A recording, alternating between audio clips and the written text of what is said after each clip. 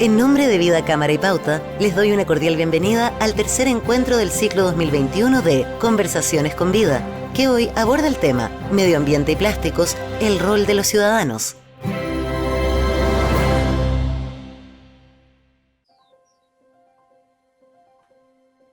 Muy buenos días, bienvenidos y bienvenidas a esta tercera versión de Conversaciones con Vida, organizada por Vida Cámara, que se emite a través de Pauta. Los saludo afectuosamente desde un sector de mi biblioteca. Hoy día vamos a conversar de un tema apasionante, pero al mismo tiempo trágico: la contaminación de los océanos por los plásticos. Medio ambiente y plásticos, el rol de los ciudadanos. Nuestro invitado, Mark Minebo, es holandés, residente en Chile, vive hace 14 años en nuestro país, es ingeniero comercial de profesión, pero ha encabezado esta verdadera cruzada para tomar conciencia sobre lo que está sucediendo por el impacto de los plásticos en los océanos. Es director ejecutivo de Plastic Ocean Chile. Además, ha sido profesor y es profesor de innovación social en la Universidad del Desarrollo, miembro del Comité Consultivo de Medio Ambiente del Ministerio de Medio Ambiente de la región metropolitana. Marc, un gusto de saludarte. Muy buenos días, bienvenida a esta conversación con Vida. Muy buenos días, Cristian, y muchas gracias por la invitación y la posibilidad de poder hablar de ese tema que me apasiona tanto, por tanto tiempo. Desde luego, por eso te invitamos, porque nos gustan los entrevistados con pasión. Y sí, recordarles que el programa cuenta con el auspicio de Vida Cámara. En Vida Cámara, estar conectados es sentirse seguro. Disfruta de Conversaciones con Vida y recuerda que sus seguros son digitales, simples y sostenibles. Te invitamos a conocer a Lucas, seguro complementario de salud individual, creado por historias de personas que alguna vez necesitaron un seguro. Vida Cámara, compañía de seguros colectivos de salud y vida de la Cámara Chilena de la Construcción. Más información en vidacámara.cl. Marc, si tú me permites, siempre me gusta partir la conversación. Tengo una especial debilidad por la poesía. Tú me ves aquí en la biblioteca, en el sector de la poesía. Voy a partir leyendo un poema que yo creo que te va a interesar, porque es el poema de un poeta que tal vez sea de los chilenos que más han amado el mar. Era alguien que sentía nostalgia del mar chileno, específicamente el Océano Pacífico, cuando estaba afuera y viajaba mucho. Me refiero a Pablo Neruda. Y voy a leer un fragmento de su Oda al mar. Aquí en la isla, el mar y cuánto mar se sale de sí mismo a cada rato. Dice que sí, que no, que no, que no, que no. Dice que sí en azul, en espuma, en galope. Dice que no, que no. No puede estarse quieto. Me llamo mar, repite, pegando en una piedra sin lograr convencerla. Entonces, con 7 lenguas verdes, de 7 perros verdes, de 7 tigres verdes, de 7 mares verdes, la recorre, la besa, la humedece y se golpea el pecho repitiendo su nombre. Oh mar, así te llamas, oh camarada océano, no pierdas tiempo y agua, no te sacudas tanto, ayúdanos, somos los pequeñitos pescadores, los hombres de la orilla, tenemos frío y hambre. Así comienza la Oda al mar, Pablo Neruda. Lo primero es esta relación de un mar muy vivo, ¿no? Y al mismo tiempo esta idea de que el mar es un ser vivo. Él le habla, ¿no? Dice, oh tu mar, y luego va a seguir este diálogo. Lo primero que me gustaría es preguntarte si este poema produce alguna resonancia en ti y con el tema que tú has trabajado en estos años, digamos, porque me imagino que has investigado sobre el mar, nuestro mar, el tema de los plásticos, etcétera, etcétera, Mar. Con eso quería partir. Sí, me encanta el poema, muchas gracias. Y qué lindo va a empezar así, porque es justamente lo que estamos trabajando. El mar es un ser gigante. De hecho, ya no hablamos de océanos. Hace más o menos, no sé, 6 meses, 8 meses atrás, en Plastic Ocean dejamos de decir océanos y decimos el océano. Es un gran masa de agua que está todo interconectados a través de los seres y las criaturas que lo habitan, pero también los corrientes que pasan por ahí, y no pasan solamente frente a la costa chilena, son corrientes de miles y miles de kilómetros que regulan todo lo que pasa en el planeta.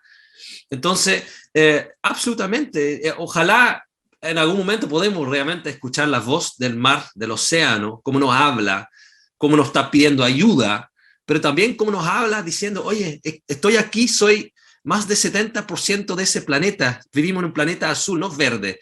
Entonces, hay tanto para apasionarnos sobre el océano, y por eso me da tanta pena ver que muy poca gente, la verdad, sabe qué es el océano, cuánto dependemos del océano.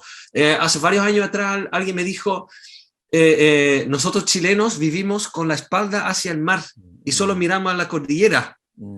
Y ahí me quedé plop. Dije, ¿cómo es posible? Chile es más azul también, es más mar que tierra. Y no sabemos casi nada. Sabemos que el mar es para turistear, para pescar, para cruzar el océano, para importar productos desde el otro lado. Pero dependemos del mar. Es muy importante. Entonces, a mí el mar siempre me ha apasionado. Específicamente, uno de los animales que habitan el mar son los tiburones, que es fascinado por tiburones toda mi vida, pero obviamente el tema del plástico es algo de los últimos años, sí. Oye, Marc, a propósito de lo importante que es el océano, vamos a hablar, para todas nuestras vidas, entiendo que el océano genera 1 de cada 2 respiraciones, se ha dicho, o sea, que el 50 o 70% del oxígeno viene del océano. Uno tendería a creer que más bien son los bosques, la Amazonía, etc. Sí.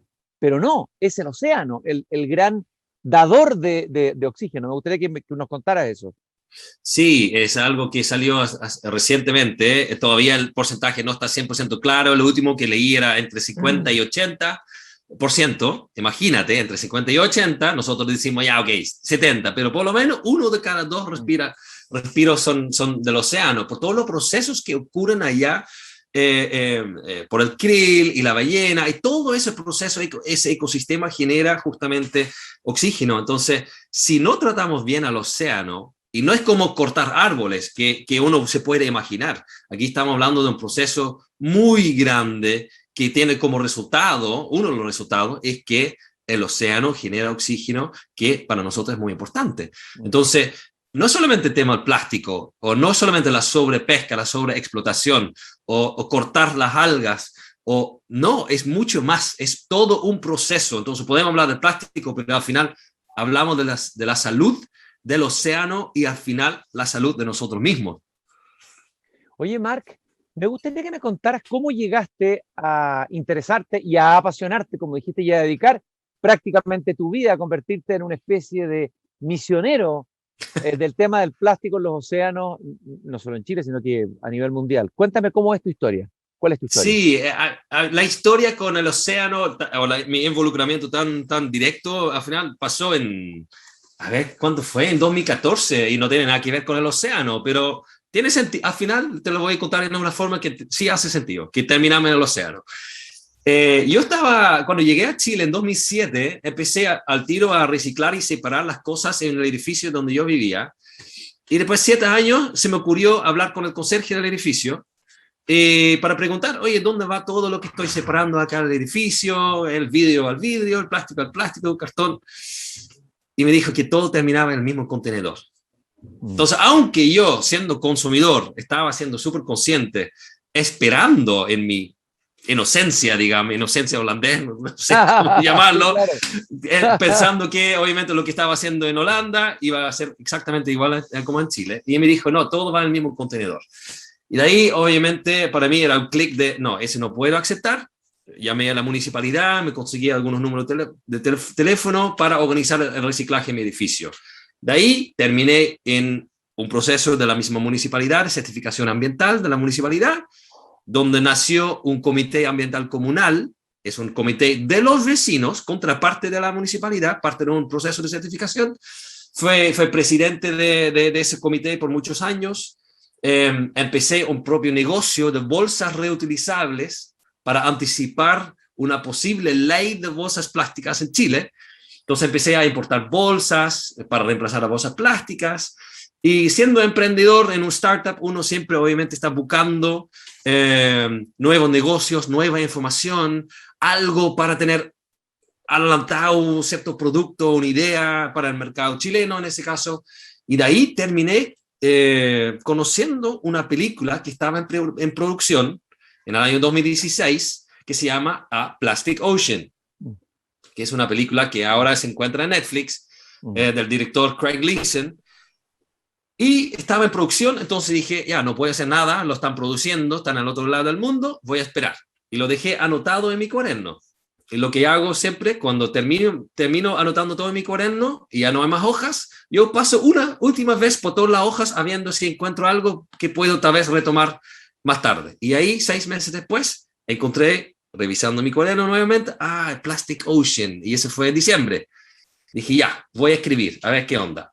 Y me dijeron, oye, la película va a tener su estreno en enero 2017. Dije, perfecto, estreno mundial, yo quiero traer esa película a Chile.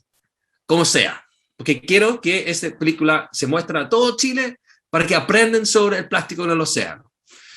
Y al final, cuento corto, pasando por mucha gente tratando de financiarlo, no sé, al final terminé trabajando con 2 concejales en Providencia que querían prohibir bolsas plásticas en Providencia.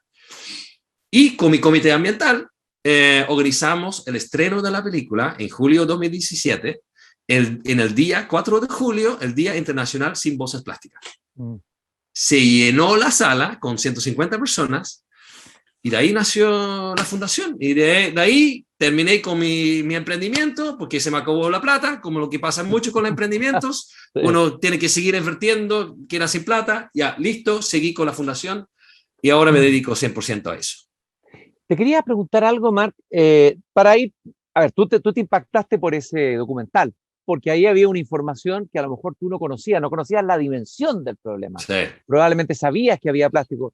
Y tal vez es bueno tener una primera mirada tuya de la dimensión del problema. Entiendo, tú me vas a corregir si es correcto o no, que se hizo un descenso hace poco a una fosa subterránea muy profunda en la Tierra, que está como a 10.000 metros de profundidad. Se supone que son los fondos abisales del océano, ¿no? Sí. Pensando ir a encontrar hallazgos de ese mundo abisal, de lo que está en la máxima profundidad del océano, y se encontraron al fondo del mar de esa fosa con toneladas de plástico. Ya sí. Con esa imagen para mí ya se abre algo impresionante. A ver, partiendo desde ahí, ¿cuál es tu diagnóstico? ¿Cuál es la situación hoy, si tuvieras resumirla, del impacto que ha tenido el plástico en los últimos años, últimas décadas? ¿Desde hace cuánto es eso? ¿Cuán irreversible es? Me gustaría tu diagnóstico completo. Sí, así como un médico del mar. Así, ¿eh? Ese no hay ese título, ¿eh? Médico del mar.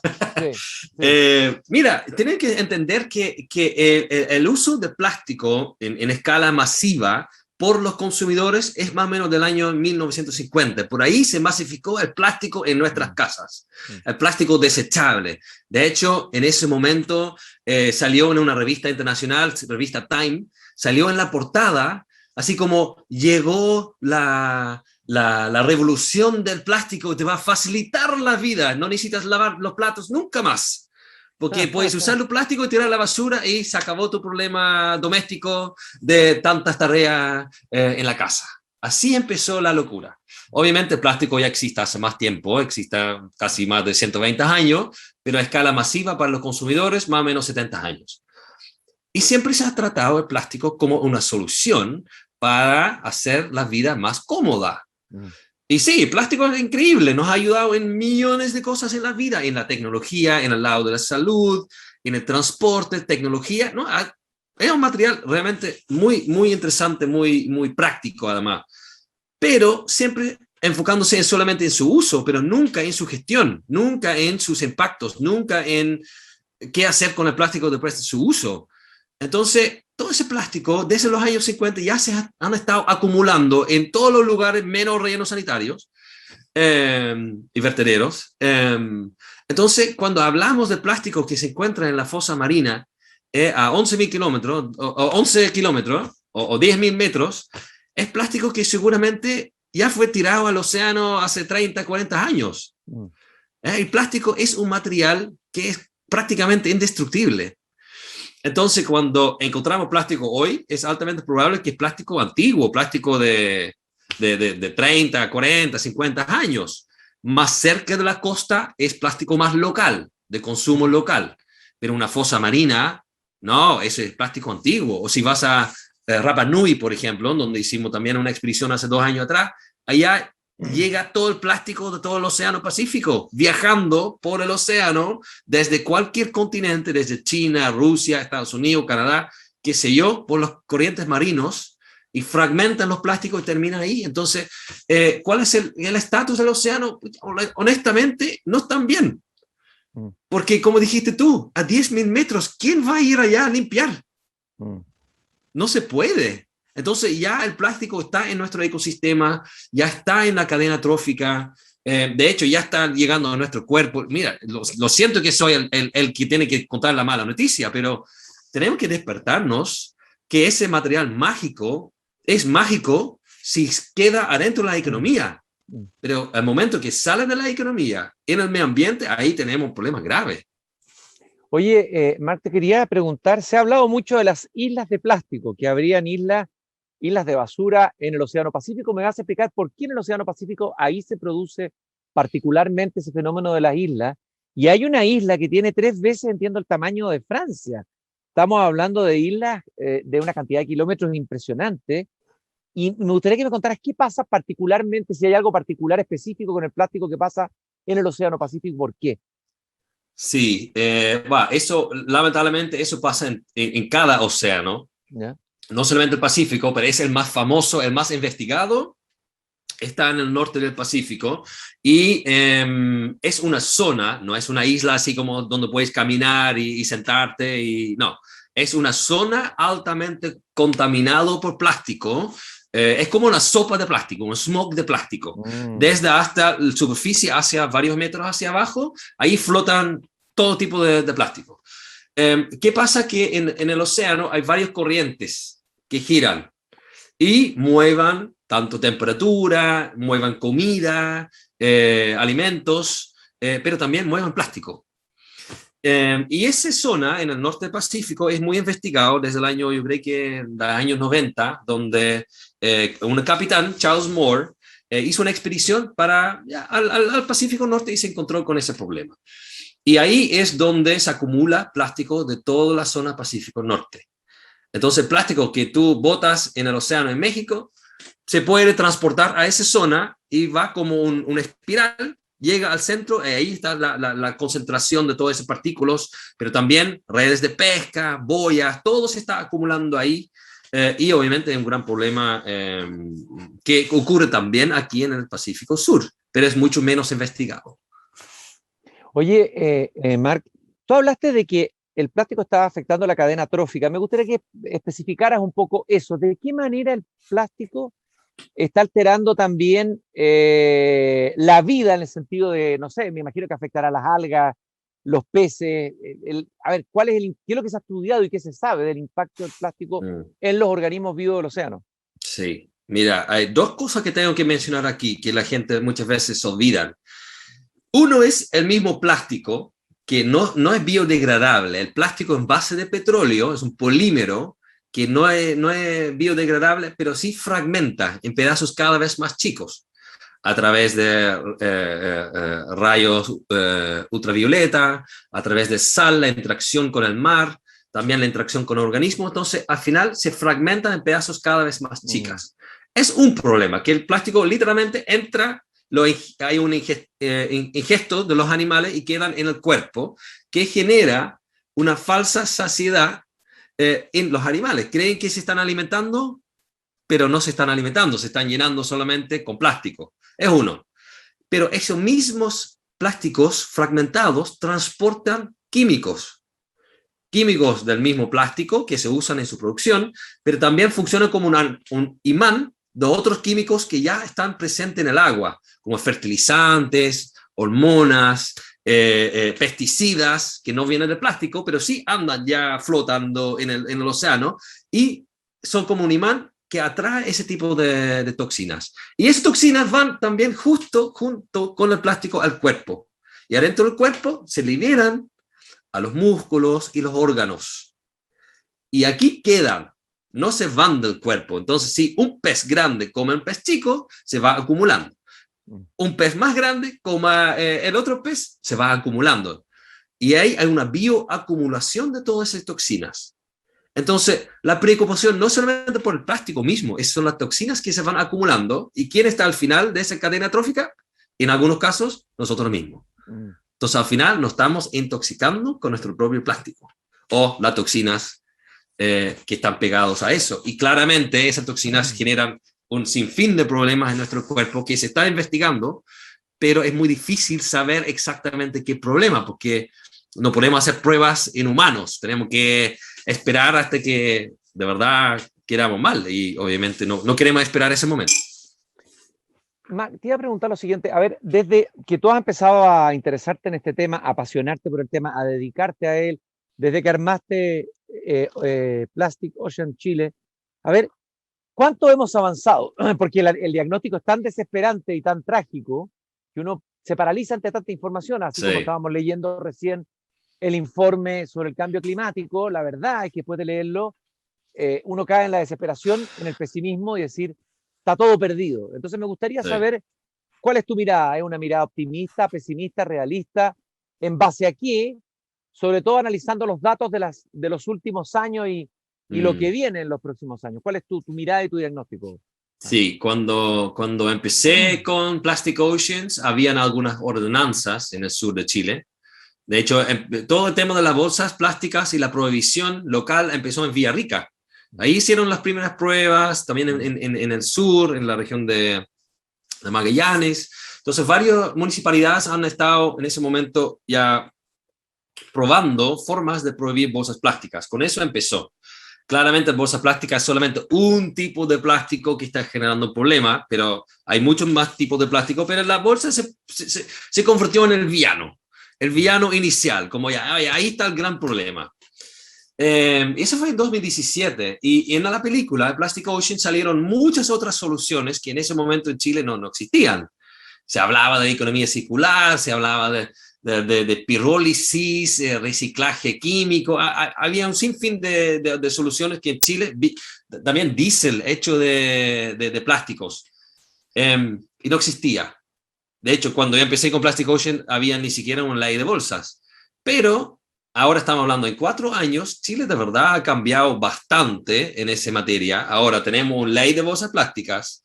Se acaba de aprobar hace 2 meses atrás una ley que regula los desechables y los plásticos de un solo uso, una ley que fue impulsada por nosotros, Plastic Ocean Chile, hace 2 años y medio, junto con Oceana, y tuve un voto increíble, unánime de aprobación de senadores, diputados, etcétera, y se van a prohibir todos los tipos de plástico que se usan en los restaurantes, que es una tremenda cantidad de basura que se está generando. Entonces vamos a traer esa ley de plásticos de un solo uso, tenemos la ley de bolsas, tenemos la ley REP, que es una ley muy interesante que ha acusado en un proceso, yo creo que 4 gobiernos, y que se va a implementar para los plásticos desde el próximo año. Muy interesante porque está todo enfocado en los bases y embalajes de los productos, especialmente en los supermercados, para aumentar la tasa de reciclaje, que en Chile la tasa de reciclaje es solo 8,5%. Uf, es vergonzosa. Sí. Es el promedio mundial, pero igual es muy bajo, pensando que la tecnología para reciclar ya existe hace 40 años. Ningún negocio, si tú me dices, oye, tu negocio tienes 40 años para llegar a un 8,5%, es nada. Entonces, ese va a subir también con la ley REP, la inversión en infraestructura, la inversión en recolección, todo se va aumentando. Tenemos una hoja de ruta para una economía circular en Chile, que también a nivel mundial es un documento súper importante. Entonces ahí Chile está a la vanguardia, teniendo una estrategia, imagínate, una estrategia nacional hacia 2040, es planificación a largo plazo. A mí me parece genial, de verdad increíble. Ahora, Marc, la pregunta es la siguiente, las leyes, pero alguien dijo una vez, en Chile no se respeta ni la ley de la selva, dijo alguien en broma, es decir, el problema es que las leyes, cómo controlar, porque una cosa es que la ley esté operando y otra cosa es que la ley de verdad esté, porque ahí hay un tema cultural primero de que cada ciudadano asuma la ley, pero siempre hay alguien que quiere saltar, hacer la pillería, etcétera. No sé cuál es tu diagnóstico de eso. Y lo difícil es es muy fácil, no sé si es fácil, obviamente que ha sido difícil porque tú has hecho un trabajo ahí arduo, legislativo, etcétera, pero lo difícil es que la ley realmente se cumpla, ¿no? Sí. A ver. Mira, te voy a dar un ejemplo. Primero, lo que me pasa muchas veces, siendo holandés en Chile, puedo usar el ejemplo. Mucha gente me dice, oye, pero ya los holandeses, educación, tienen mucha más educación, bla, bla, bla. Dijo, oye, en Holanda no hay ninguna diferencia con Chile. Que la posibilidad de que te llega la multa el día después de pasar por luz roja es mucho más alto. En Holanda también se enseña con multas y con castigo. No porque el sistema educacional es tanto mejor. Es, como bien dices tú, la fiscalización y la posibilidad que te pillen es más grande. Entonces, ahí yo creo que empieza claramente, como dices tú, la efectividad de las leyes y cualquier otra estrategia que tenemos en Chile, empieza también con la fiscalización y la posibilidad que te llega la multa. Entonces, una cosa que pasa con esas leyes es que depende mucho, por ejemplo, de la fiscalización municipal, que dice ya, las municipalidades van a fiscalizar y van a hacerse cargo de la ejecución al final, el cumplimiento de la ley. No podemos depender solamente de una municipalidad que tiene, no sé, 3 fiscalizadores para fiscalizar todo lo que pasa en la comuna. No se puede. Entonces, por ejemplo, en esa nueva ley de plástico de un solo uso, pusieron y impulsamos que también la ciudadanía tiene la posibilidad de no fiscalizar, pero sí denunciar. Entonces ahí también, oye, si yo voy ahora, no ahora, pero cuando entra en vigencia esa ley, si voy a un restaurante y me entregan la comida en una caja de Plumavit, debe existir una plataforma, no sé cómo podría funcionar, una plataforma que dice, oye, en este restaurante me entregaron una caja de Plumavit, ¡pam!, infracción. Suena muy feo, porque no quiero ser tan autoritario ni nada, pero sí, ¿sabes qué? Los problemas son tan grandes que no podemos esperar solamente que la gente, por buena onda, van a cuidar el medio ambiente y van a cumplir. Cada vez más difícil ser liberal en un contexto tan dramático de es que no hay tiempo. Claro, no hay tiempo. No hay tiempo. Y obviamente yo, siendo director de una fundación, queremos tener un diálogo, queremos colaborar. No quiero recorrer todo el rato a impulsar leyes para prohibir este producto, prohibir no sé, cepillos de dientes y mañana la bombilla y luego el revolvedor y después no hay tiempo para prohibir un producto cada vez. Necesitamos generar un cambio de nuestra forma de trabajar, nuestra forma de colaborar. Estamos todos en lo mismo. Es que no quiero promover que las empresas quedan sin trabajo, pero sí tenemos que innovar y necesitamos innovar ahora, necesitamos colaborar ahora. Oye, ahí justamente para nosotros, de lo último que decías, también aquí hay un riesgo, por ejemplo, que sería demonizar el plástico, ¿no? Sí. A ver, ¿cuál es tu mirada sobre eso? El plástico es el enemigo, el plástico es el demonio. Eso, bueno, se va transmitiendo también en los niños. Es obvio que los niños están muy preocupados y con razón. No sé si te has dado cuenta, los niños son los más conscientes tal vez del tema del cambio climático, más que los adultos incluso, y ellos mismos nos llevan, nos obligan, nos interpelan, ¿no? A ver, ¿qué pasa con esa demonización del plástico? Mira, la demonización del plástico es un tema porque no queremos justamente como fundación caer en el error de demonizar cualquier material y tampoco el plástico, pero sí demonizar el uso incontrolado y la falta de gestión y la forma de pensar que no pasa nada. No, el plástico ya, no, el plástico es increíble. Si lo usas bien, si está bien usado, no hay problema. El tema es que tenemos que pensar en el ciclo de vida completo de los productos, de todo. Yo no voy, siendo parte de una fundación, diciendo vamos a prohibir todo el plástico, sin pensar que las alternativas son mucho mejor, porque hay productos que lo venden como mejor, pero tienen la misma huella o el mismo impacto. Entonces, demonizar un producto va a favorecer otros productos que tal vez tienen la misma huella o peor. Entonces, ahí tenemos que cuidar mucho con las cosas que decimos y las acciones que tomamos. Cuando nosotros educamos, siempre educamos un uso responsable. Tal vez podemos disminuir el uso de plástico. Sí, algunos productos no necesitamos. Otros productos podemos promover siendo de plástico, pero usado en forma responsable. Por ejemplo, el plástico para sistemas de reutilización, por ejemplo, es perfectamente factible. Porque al final un producto plástico que se puede reutilizar en un restaurante, por ejemplo, un vaso, no sé, se puede usar 100 veces, tiene una huella mucho más chica que un, no sé, un vaso de cartón desechable. ¿Cachai? Entonces ahí es donde tenemos que ser súper cuidadosos con el lenguaje que usamos, las soluciones que promovemos, porque no podemos pensar que reemplazar un producto de plástico por otro producto de papel o de vidrio automáticamente es mejor porque estamos demonizando el plástico. Marc, te quería preguntar que profundizáramos un poco en esta idea. Hablábamos de que de alguna manera nuestro modelo de consumo es un modelo lineal. Tú has dicho por ahí que necesitamos usuarios, no consumidores. Me gustaría que profundizaras cuál es la idea de un modelo circular y qué significa pasar de ser consumidor a pasar a ser usuario. Me gustaría que eso me lo explicara. Sí, aquí es un juego un poco cambio de vocabulario, pero el vocabulario tiene un gran impacto sobre nuestras acciones. Claro. Si yo me considero un consumidor, yo me considero un ser que compra, usa y vota, que no tiene responsabilidad.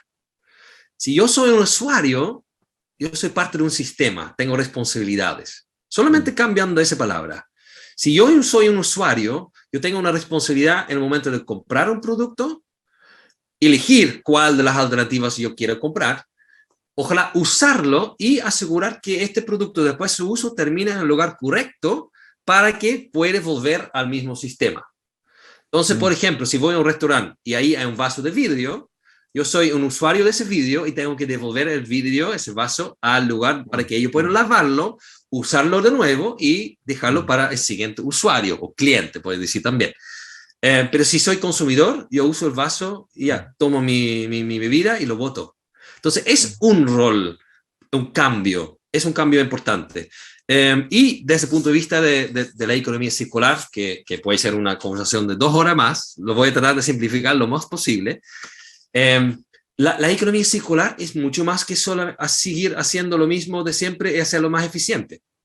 La eficiencia claramente es importante en la economía circular, usar lo menos recursos posible, pero además asegurar que los pocos recursos que queremos usar para nuestros productos también no salen del sistema, que tiene que seguir circulando el sistema. Y ahí es donde el reciclaje sí tiene un rol, porque ahí aseguramos que el plástico que tenemos, el papel, el aluminio, vuelva al mismo sistema, pero si ese plástico se convierte en un producto de menor valor y después termina en el relleno sanitario, al final no estamos siendo tan circular. Entonces ahí estamos hablando de cambio de modelos de negocio. Estamos hablando de cambio de diseños. Un diseño, por ejemplo, el computador que estoy usando aquí en este momento para esa conversación, antes todos los elementos en ese computador eran sueltas y yo podía llevar ese computador al servicio técnico que tiene un destornillador y pueden sacar la placa madre o el disco duro para reemplazarlo y el producto sigue durando, ¿cierto? Las empresas ahora están pegando con pegamento todos esos elementos al sistema completa y no se puede reparar. Eso es lineal. Y no tiene ningún sentido. Entonces, ahí es donde tenemos que invitar, pero tal vez, si no nos apuran, obligar a las empresas que yo, como consumidor o usuario de ese computador, tengo derecho de reparar mi producto. Y ahí es donde en la economía circular necesito un usuario que exige, oye, yo compré ese computador, pagué buena plata para tenerlo y quiero que me dure 10 años. Y solo puede ser circular si yo puedo seguir mejorando mi computador con un nuevo disco duro, un procesador más rápido, mejorar la pantalla. Pero si la empresa no me deja reparar o mejorar mi computador, va a seguir terminando en la basura. Entonces ahí es donde el diseño tiene que cambiar, donde la empresa tiene que cambiar, pensar en su modelo. ¿Qué es el mejor modelo de negocio para ellos? Venderme un computador caro que me dure 10 años, pero yo puedo seguir comprando elementos para mejorarlo, o un computador que me va a durar 2 años y tengo que comprar un computador nuevo. Oye, ahí, claro, nos topamos con algo que planteó alguna vez el expresidente de Uruguay, Pepe Mujica, en un famoso discurso, creo que fue en Naciones Unidas, donde él hablaba del mundo de la obsolescencia programada. O sea, totalmente, una parte importante de la economía está centrada en esa obsolescencia programada. Esto es un giro copernicano en la manera de entender los negocios y la empresa. O sea, es un Sí, cambio no menor, porque estás tocando un punto del sistema medular. Eh, totalmente. Mira, te voy a dar otro último ejemplo que es muy entretenido además. Hay una empresa holandesa que se llama Philips, de las típicas ampolletas, sí, y han estado haciendo una prueba, porque ahora su modelo era, te vende una ampolleta que va a durar 100 horas, por ejemplo, y después se quema y tú tienes que comprar uno nuevo, ¿cierto? Entonces su modelo es venderme lo más ampolletas que se pueda. Pero, ¿qué pasaría si ellos inventan una ampolleta que me dura 100.000 horas, que se puede, y me cobran mensualmente, no sé, 300 pesos? mm, Y yo voy a seguir pagando mis 300 pesos, no tengo que tener la molestia de cambiar la ampolleta, ir a la tienda a comprar uno nuevo, y ellos, su única motivación es que esa ampolleta realmente dura lo más posible para que ellos me puedan seguir cobrando. qué interesante, qué interesante. Y ahí, listo, ellos tienen su Oye, modelo de oye, pero negocio. si lo que uno recuerda cuando niño, yo recuerdo cuando niño que mi papá era muy orgulloso en un abrigo que se había hecho con un sastre y que le había durado toda la vida, o el Sí, refrigerador de nuestra casa, un refrigerador alemán, que llevaba muchos años. sí, Nuestros niños se han exactamente. acostumbrado que todo se bota, todo se cambia. Bueno, Sí, pero así como cambiamos refrigeradores, cambiamos pareja, cambiamos. Es decir, aquí hay que, hay que cambiar este concepto lineal, ¿no es cierto? de Cultural, de una todo. cultura. Y volver a Sí. un concepto circular que tiene que ver con conceptos de vida que vienen de muy atrás. Los pueblos tradicionales, las grandes sabidurías originarias sabían de esto, ¿no? Una mirada circular del mundo. Es que aquí no estamos diciendo que todo tenemos que convertirlo en ingenieros de la NASA. Es Claro, algo lógico. Los claro. niños ya lo saben, es lógica Sí, para ellos, pero nosotros estamos mal acostumbrados. Que yo sí. compro una impresora, y se me acabaron las tintas porque se secaron. Mm, Es más caro comprar 3 tintas nuevas o comprar una impresora completamente nueva. Y la impresora mm, termina en la basura. Entonces, mm. esa es la economía circular, es usar menos recursos, que no pierden valor en ese sistema, que no, nada termina en el medio ambiente, cambiar los modelos de negocio, pero se puede. Chile puede, Japón puede, Alemania puede, todo podemos, pero es un sistema que tenemos que cambiar por completo. Estoy conversando con Marc Minevaux, él es director ejecutivo de Plastic Ocean Chile. Estamos conversando sobre el medio ambiente y el plástico y el rol de los ciudadanos. Y recordarles que en Vida Cámara estar conectados es sentirse seguros. Disfruta de estas conversaciones con Vida y recuerda que sus seguros son digitales, simples y sostenibles. También te invitamos a conocer a Lucas, seguro complementario de salud individual, creado por historias de personas. Y Vida Cámara, compañía de seguros colectivos de salud y vida de la Cámara Chilena de Construcción. Busca la información en vidacámara.cl. Mac, te quería también preguntar que nos hicieras un mapeo en Chile de las zonas críticas del tema del plástico en los océanos. Me imagino que hay diferentes, no sé, me gustaría saber, por ejemplo, qué pasa en Isla de Pascua, algo he escuchado, si es diferente el norte con el sur. ¿Cuál es el mapeo que podríamos hacer del diagnóstico de la situación de la contaminación por plástico en los océanos en Chile? Sí, es que hay varios estudios de la estatus del plástico en las playas chilenas. Es un estudio que ya lleva varios años por parte de los científicos de la basura, que es un programa muy interesante. Y ellos han demostrado que, por ejemplo, las playas más contaminadas del continente, Chile continental, están en Antofagasta. Ahí Mm. están los más contaminados de todos. Y es más como contaminación local, ¿ya? Es contaminación local, no podemos dar la culpa a nadie más que lo que pasa ahí localmente. En el sur de Chile, especialmente Chiloé, en la región de Aysén, hay mucha contaminación ahí por la industria local, la mitilicultura, acuicultura, que por muchos años, lamentablemente, no han estado gestionando bien sus residuos, que en muchos casos, para reemplazar, por ejemplo, una boya, era literalmente cortar la cuerda y el océano se haga cargo. Esos sistemas de gestión de residuos. Oh, En el tema de los choritos también pasa mucho que para soltar las cosas también cortan las cuerdas y ahí en las playas están repleto de cuerdas de ese larga.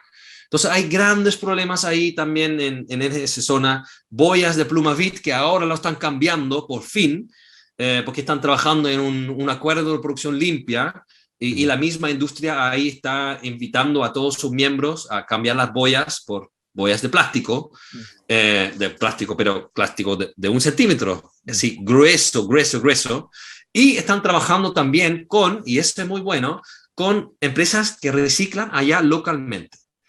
Entonces, no como, oye, las boyas son tan grandes, lo tenemos que mandar a Santiago, no es negocio para nadie, pero hay empresas que reciclan esas boyas en forma local y lo convierten en productos locales. Y Rapa Nui tiene un problema totalmente distinto, porque ellos están recibiendo plástico del resto del mundo. Entonces, Rapa Nui tiene 2 problemas. Primero, el plástico se genera localmente, del consumo local, donde no tiene dónde dejarlo, menos el relleno sanitario o tal vez algún proyecto de reciclaje, pero en sus costas están llegando plásticos de toda la zona Pacífico, 24/7. Y ellos están limpiando playas todas las semanas, todos los días, y sigue llegando, sigue llegando, sigue llegando. Y allá es obviamente otro problema, ellos no pueden gestionar tanto plástico. De hecho, hace 2 años atrás fuimos a Rapa Nui, hicimos una limpieza y sacamos, en solo 2 horas sacamos 400 kilos. En una caleta. Impresionante. Es impresionante, es totalmente distinto. Y eso nos muestra que no hay una, ¿cómo se llama? Silver bullet, una bala de plata para resolver el problema del plástico. Y ahí necesitamos justamente acciones locales, ordenanzas, estrategias nacionales, leyes, pero también acuerdos internacionales. Porque no puede ser que Chile está solo resolviendo el problema del plástico y el resto del mundo sigue produciendo, contaminando. Ahora, tú dices Chile solo resolviendo el problema de plástico. A nivel mundial, tu mirada, ¿cuáles son los países o las comunidades que han logrado avances significativos que sea interesante replicar, seguir o emular como modelo y que estén produciendo realmente cambios significativos a donde debiéramos mirar? Reconociendo que Chile ha tenido avances por lo que tú acabas de explicar, por el mismo trabajo que tú has hecho, que ustedes han hecho. Sí, mira, aquí no podemos equivocarnos con la mirada de Europa, países desarrollados, porque lo están haciendo todo. Claro, idealizamos. Sí, ¿por qué? Por ser países desarrollados, en general, con el desarrollo, uno también desarrolla más basura, genera más basura. Entonces, si nos desarrollamos más, empezamos a botar más, a comprar más, todo más consumo, más basura. Es una cosa que me parece no es algo para envidiar. No. Y los otros, tal vez tienen, algunos países en Europa especialmente, tienen tasas de reciclaje mucho más altas que Chile, pero no tiene capacidad propia suficiente para gestionar su propia basura. Entonces, ¿qué están haciendo muchos de esos países? Lo mandan a Asia, donde no tienen infraestructura, donde están exportando una cantidad sin fin de plástico a países que no tienen infraestructura, lo están quemando, lo están botando, lo están enterrando. Entonces, idealizar un país que recicla mucho, no, es, mira, debe decirlo en una forma diferente. Separa mucho, pero no recicla todo, porque lo que mandan a reciclar, lo mandan a otra parte del mundo. Entonces, sí podemos aprender de algunas cosas, pero claramente Chile tiene que hacerse cargo de su propia basura. Porque Chile no manda su basura a otro país, no como Alemania o Inglaterra o Estados Unidos.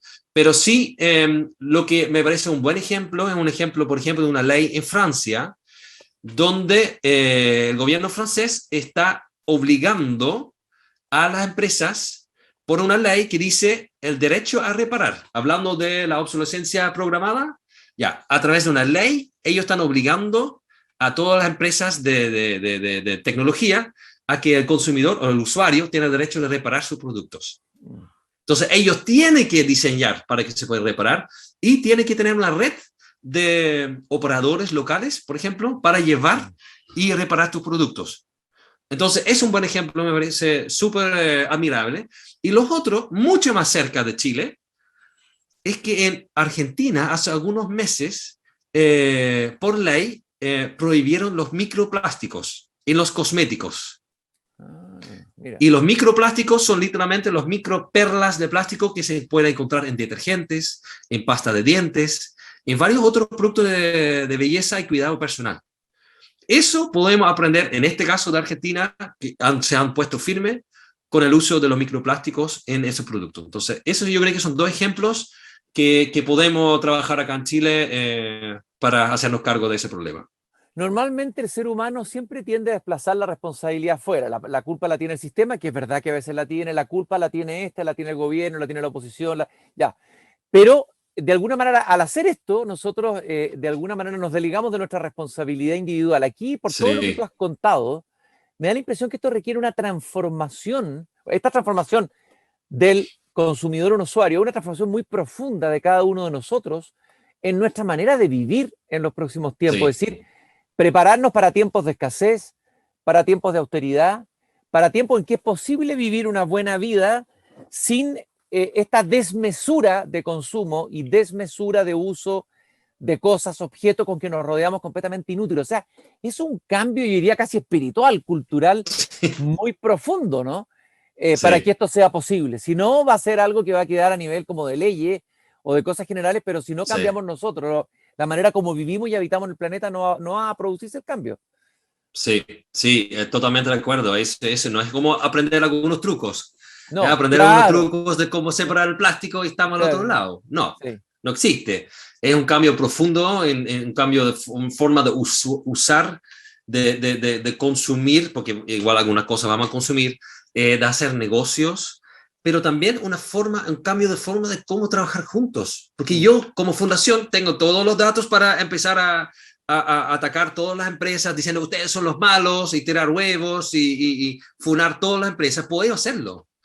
Pero nosotros, desde nuestro punto de vista, y me puedo equivocar, pero es la línea que nosotros hemos elegido con la fundación, y necesitamos hasta cierto punto colaborar también con ellos. Por eso hay, por ejemplo, en Chile, un pacto por los plásticos, donde las empresas están trabajando en ciertas metas para el año 2025, y nosotros somos la única organización de sociedad civil en el directorio, el comité estratégico, para estar ahí escuchando a ellos sus planes que tienen para reducir el plástico. Tenemos que colaborar. Y por lo mismo, hablando de los 17 Objetivos de Desarrollo Sostenible de la ONU, número 17 es la colaboración para lograr los objetivos. Entonces, hasta la misma ONU se dio cuenta, oye, podemos poner muchas metas en todas esas áreas, pero si no colaboramos, no vamos a llegar a ninguna parte. Ya lo vemos con el cambio climático, el crisis climático. Sin ese Acuerdo de París, los países nunca, yo creo que nunca, han sido capaces de trabajar juntos con cierto horizonte en mente. Y yo me gustaría que haya algo similar como el Acuerdo de París para los plásticos. Un tratado internacional para hacernos cargo de esto. Ahora, Marc, cuando uno mira lo que pasó con la pandemia, una de las cosas que reveló la pandemia a nivel global es que teníamos una globalidad bastante incompleta y fracturada. Es decir, no tenemos, o sea, el mundo se ha globalizado, pero el orden político global mundial es muy débil y no hay una colaboración y eso ha mostrado, o sea, hay que cambiar también el orden mundial. Si no cambiamos el orden político mundial, ¿qué va a pasar? ¿Van a ser países aislados, cada uno con su propia estrategia? No vamos a ninguna parte. Imagínate la tarea que me queda. No, pero fuera de broma, acabamos de volver de Chiloé y ahí hicimos acciones muy locales, limpiando playas con niños de escuelas rurales, pero comunicándonos a nivel mundial, a nivel global, mostrando, oye, acción local para generar cambios globales. Y eso es lo mismo.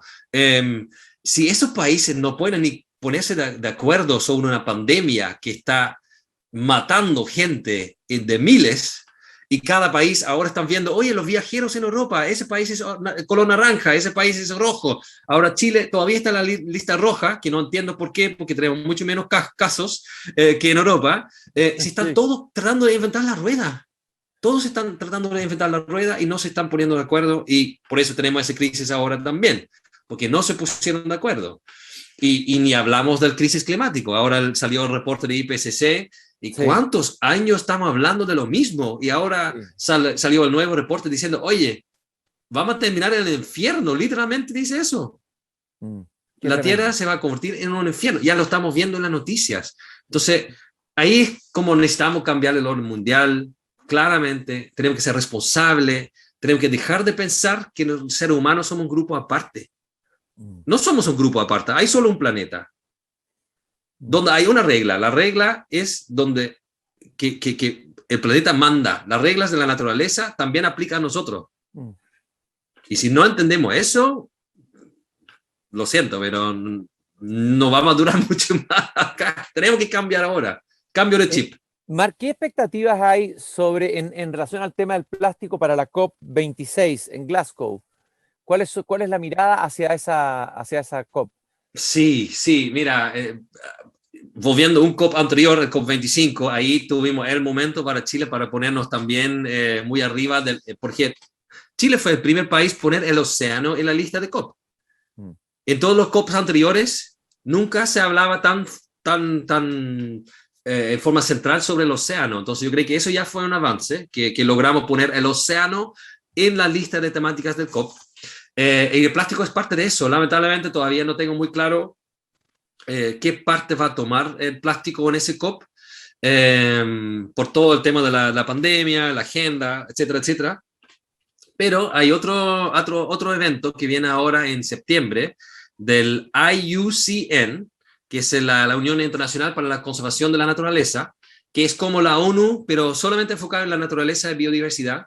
Y ahí es como la conferencia que hay como cada 5 años, donde presentan la lista roja de todas las especies en extinción o saliendo de la extinción, que son muy pocas, pero ahí el plástico del océano tiene un rol muy importante. Entonces tengo mucha esperanza de ese evento en 3 semanas. Y COP26 todavía no tengo muy claro, honestamente. No te puedo decir cuánto toma el plástico ahí, pero sabiendo que el 98% de todos los polímeros plásticos vienen del petróleo, te puedes imaginar que el petróleo, cambio climático, crisis climático y toda la huella de carbono que tiene la producción de plástico, que es alto, sí va a tener un rol. Sí, eso, desde ese punto de vista, la producción de plástico sí va a tener un lugar en COP26. Marc, bueno, el oro negro, pero el oro negro que se convirtió en el veneno negro, el petróleo, finalmente impresionante cómo quedamos atrapados y hemos estado secuestrados y hemos perdido tanto tiempo, décadas, cientos de años para tratar de buscar alternativas, y ahora es complicado porque, a ver, el tema del plástico me imagino que también tiene complicaciones en el sentido que hay una industria, esa industria está asociada a fuentes de trabajo, venimos saliendo de la pandemia, es decir, uno de los problemas más graves es la cesantía, sí, es una cosa que involucra muchas dimensiones, muchas complejidades de dimensiones. Y por eso que aquí hay que pensar muy bien las cosas, digamos. ¿Tú crees que tenemos las herramientas conceptuales, tenemos un pensamiento económico, o sea, economía y ecología van a tener que conversar acá, porque la pura ecología sola, sin economía, nos puede llevar a un desastre económico con malestar social, como están las sociedades hoy día, molestia por gente que perdió su trabajo. ¿Cómo se concilia eso? Desde ese punto de vista, claramente ahí también uno de los argumentos que se usan: si no actuamos ahora, el costo es alto, pero si no actuamos ahora, el costo va a ser aún peor. Entonces, tenemos que elegir entre mal y peor, que obviamente nunca va a ser popular esa decisión de generar un cambio, una transformación, porque realmente necesitamos una transformación. Pero, como por ejemplo se ha demostrado o ha calculado que la hoja de ruta para un Chile circular va a generar también 100.000 puestos de trabajo. Entonces, hay cálculos económicos, hay reportes que ya están mostrando si hagamos la transformación como corresponde, eso también va a generar trabajo. Entonces, no podemos enfocarnos solamente en empresas que están defendiendo su negocio, que me parece válido, obviamente, pero también necesitamos generar una transformación y una innovación a través de las instituciones que ya existen en Chile, como un Corfo, no sé, un Sofofa, por ejemplo, o otras asociaciones que están representando las empresas, que invitan a sus empresas: oye, tenemos que empezar la transformación ahora. Yo estaba en un panel hace 2 semanas atrás, un panel internacional sobre la economía circular, y uno de los panelistas dijo: Marc, quiero tener una conversación contigo en 5 años más. Las empresas que no se adaptan este año o luego, en 5 años más, van a dejar de existir. Entonces ahí también tenemos que ser, si tú realmente te gusta tu trabajo y tu empresa, también tiene que ser parte de la transformación, porque no sé cómo se dice en español, pero en inglés es como business as usual, como el seguir haciendo lo mismo como siempre, esperando que por magia las cosas van a cambiar. No va a pasar. Es decir, tenemos que ponernos proactivos. Claro, las empresas, en realidad lo que se está diciendo hoy día es que las empresas más innovadoras y de vanguardia van a ser las que van a sobrevivir en los tiempos que vienen, y aquellas que se aferraron al paradigma antiguo se van a hundir con el mundo antiguo, el mundo que está... Sí, dinosaurios. Van a ser dinosaurios, ¿no es cierto? Sí. Oye, Marc, lo último que quería preguntarte, aunque la conversación es fascinante y debiera ser tan extensa como el océano, te quería preguntar, ¿cuáles son tus proyecciones, tus sueños para los próximos años para Ocean Plastic? ¿Qué te planteas como meta? ¿Qué sueño tienes que te gustaría realizar y que no han podido hacer hasta ahora, digamos, en lo que viene? Mira, yo quiero mencionar los dos. Yo quiero ver una transformación de la educación para que realmente empezamos a preparar los jóvenes para el futuro que realmente viene y no el futuro que no queremos. Y eso incluye una distinta forma de educar, una distinta forma de ver la educación en general, y que incluye obviamente una integración entre el medio ambiente y la formación de estos nuevos profesionales, para que piensen ya en forma circular. Yo creo que todos los niños y niñas nacen circulares, tiene toda la lógica para ellos, pero el sistema actual está formando a estos niños para ser seres lineares, para trabajar y consumir. Eso tenemos que cambiar. Ese es un sueño que tengo y ojalá va a cambiar luego. Por lo menos, estando en Chiloé las últimas 2 semanas con esas escuelas rurales, los niños están súper abiertos. Ellos vean toda la lógica de cómo funciona la naturaleza, pero lamentablemente nosotros estamos enseñando que la naturaleza es un grupo aparte y no tiene la lógica que necesitamos nosotros. Entonces, ese es un sueño. Y el otro es un sueño mucho más grande, que es un acuerdo como el Acuerdo de París, pero para lo plástico, que se está haciendo y se va a conversar eso en la siguiente reunión de las Naciones Unidas en 2022 en febrero. Entonces ahí vamos a estar presionando. Te quiero hacer una pregunta. Yo sé que me di cuenta que te brillaban los ojos cuando te hablaba del mar, que amabas el mar. Me di cuenta que amabas el mar, no sé si lo amaste desde niño, desde siempre, o lo has amado más ahora con este mar Pacífico. Te quería preguntar, ¿qué te ha enseñado a ti el mar? El mar es muy grande, pero por ser tan grande, igual puede ser muy pequeño y muy frágil. Y también nuestros sueños son lo mismo. Pueden ser muy grandes, pero tienen que pensar desde lo pequeño. Las pequeñas acciones pueden tener grandes consecuencias y viceversa. Entonces, esa es la invitación a la gente. Pensar en grande, empezando desde chico. Pablo Neruda, en otro poema sobre el mar, dice: necesito del mar porque me enseña. No sé si aprendo música o conciencia. No sé si es sola o ser profundo, o solo ronca voz o deslumbrante suposición de peces y navíos. El hecho que, hasta cuando estoy dormido, de algún modo magnético circulo en la universidad del oleaje. Es decir, él vivía en el día con el mar, al lado del mar, pero soñaba acunado por el mar, unido en la totalidad del mar. Marc, yo te quiero agradecer esta, para mí, muy agradable, muy instructiva, muy potente conversación que hemos tenido hoy día. Felicitarte por tu iniciativa, tu empuje, tu pasión. Necesitamos líderes como tú hoy día en este tiempo, eso es clarísimo. Decirle a todos ustedes que en Vida Cámara estar conectados es sentirse seguro. Espero que hayan disfrutado de estas conversaciones con Vida, y recuerda que sus seguros son digitales, simples y sostenibles. También te invitamos a conocer a Lucas Seguro Complementario de Salud Individual, creado a partir de historias de personas que alguna vez necesitaron un seguro. Vida Cámara, compañía de seguros colectivos de salud y vida de la Cámara Chilena de la Construcción. Más información en vidacámara.cl. Marc Minevo en Conversaciones con Vida. Muchas gracias, Marc, te mando un gran abrazo, un abrazo con Mar. Muchas gracias por la invitación y la conversación. Y nosotros nos encontramos en una próxima conversación con Vida aquí en Pauta. Muchas gracias.